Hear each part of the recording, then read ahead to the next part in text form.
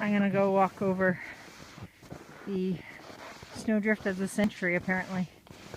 Just had one of the farmers and the Hutterite colony say that they couldn't get us out of here with the regular tractors. They're gonna actually have to bring a front end loader in. Hopefully by the end of today, but most likely tomorrow. So there's a house, and there's almost not our house. There's Sean standing on the other snowdrift. This snowdrift is rock solid.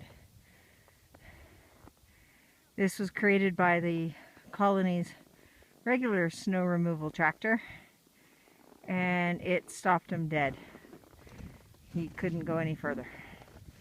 And so it's always good to have friends with very heavy equipment, because even if we did have a tractor, this would have been too much for it. Yeah. Blizzard of 2013. Yippee!